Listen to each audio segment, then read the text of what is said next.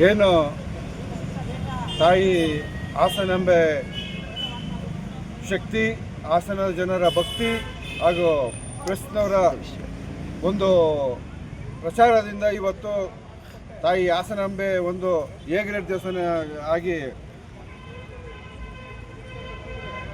ಸ್ಥಾನವನ್ನು ಏನು ತಾಯಿ ಹಾಸನಾಂಬೆ ದೇವಸ್ಥಾನದ ಹಗರಣಗಳು ನಡೀತಿದ್ದೋ ಅದರ ಬಗ್ಗೆ ನಾನು ಲೋಕಾಯುಕ್ತಕ್ಕೆ ದೂರು ಕೊಟ್ಟಿದ್ದೆ. ಈಗ ಬೆಂಗಳೂರಿಂದ ಒಬ್ಬರು ಇದನ್ನು ತನಿಖೆ ಮಾಡೋದಕ್ಕೋಸ್ಕರ ಇವತ್ತು ಮಹಾನಗರ ಪಾಲಿಕೆಗೆ ಬಂದಿದ್ದಾರೆ. ಈಗ ಅವರು AC ಆಫೀಸು ದೇವಸ್ಥಾನಗಳ ಸಂಪೂರ್ಣ ಒಂದು ವೀಕ್ಷಣೆ ಮಾಡ್ಕೊಂಡು ಆಮೇಲೆ ಇನ್ನು ಹೆಚ್ಚಿನ ಮಾಹಿತಿಗಳನ್ನ ಕಲೆಕ್ಟ್ ಮಾಡೋದಕ್ಕೆ ಇದು ಮಾಡಿದ್ದಾರೆ.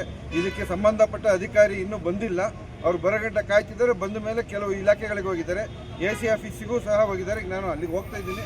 ಇಲ್ಲಿದೇನಾಯಿತು? ಇಲ್ಲಿದು ಈಗ ಕೆಲವು ದಾಖಲೆಗಳನ್ನ ಕೇಳಿದ್ರು, ಆದರೆ ಕೆಲವು ದಾಖಲೆಗಳು ಕೊಡೋದಕ್ಕೆ ಸಂಬಂಧಪಟ್ಟ ಅಧಿಕಾರಿ ಇವರಿಗೆ ಇನ್ಚಾರ್ಜಲ್ಲಿ ಕೊಟ್ಟಿಲ್ಲ ಅಂತ ಹೇಳಿದ್ದಾರೆ. ಹಂಗಾಗಿ ಇವ್ರ ಮೇಲೆ ಸ್ವಲ್ಪ ಗರಂ ಆದರು ಅಧಿಕಾರಿಗಳು. ಈಗ ಮುಂದೆ ಈಗ AC ಆಫೀಸಿಗೆ ಹೋಗ್ತೀನಿ ಅಂತ AC ಆಫೀಸಿಗೆ ಹೋಗಿದ್ದಾರೆ. ಅಲ್ಲಿಗೆ ಬನ್ನಿ ಅಂತ ಹೇಳಿದ್ದಾರೆ. ನಾನೀಗ ಅಲ್ಲಿಗೆ ಹೋಗ್ತಾ ಇದ್ದೀನಿ. ಯಾರ ಮೇಲೆ ಗರಂ ಆದರು? ಯಾರ ಮೇಲೆ? ಇಲ್ಲಿ ಏನು ಸಂಬಂಧಪಟ್ಟ ಇಂಜಿನಿಯರ್ ಸೆಕ್ಷನ್ಗೆ ಕೇಳಿದ್ರು. ಅವರಿಗೆ ಫೋನ್ ಮಾಡಿ ಕೇಳಿದಾಗ ಇಲ್ಲ ಕೊಟ್ಟಿಲ್ಲ.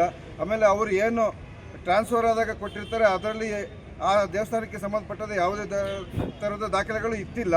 ಹಾಗಾಗಿ ಅದನ್ನು ಈಗ ನಾನೇ ಬರ್ತಾ ಇದ್ದೀನಿ ಅಂತ ಅವರು ಸಮಂಜಸ ಉತ್ತರ ಕೊಟ್ಟಿದ್ದಾರೆ. ಇವರು ಅದಕ್ಕೆ ಕಾಯ್ತಿದ್ದಾರೆ ಬರಲಿ ಅಂತ. ಇನ್ನೂ 5 ದಿವಸ ಇಲ್ಲಿ ಇರ್ತೀನಿ ಅಂತ ಹೇಳಿದ್ದಾರೆ.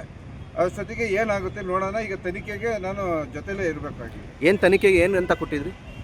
ಏನು ಒಬ್ಬ ಗುತ್ತಿಗೆದಾರ ಇದನ್ನೇ ನಾಗ್ ಗ್ರೂಪ್ಸ್ ಅಂತ ಅವನಿಗೆ ಟೆಂಡರ್ ಕೂರಿಸೋದಕ್ಕೆ ಕೆಲವು ಪದಗಳನ್ನ ಸೇರಿಸೋಂಥದ್ದು, ಬೇರೆಯವ್ರ ಗುತ್ತಿಗೆದಾರರು ಹಾಕ್ದಂಗೆ ಮಾಡೋದು, ಬರೀ ಒಬ್ಬನಿಗೆ ಎಲ್ಲ ಥರದ ಗುತ್ತಿಗೆಗಳನ್ನ ಕೊಡ್ತಿದ್ರು. ಅದ್ರ ವಿರುದ್ಧ ನಾನು ಹೋರಾಟ ಮಾಡಿದ್ದೆ.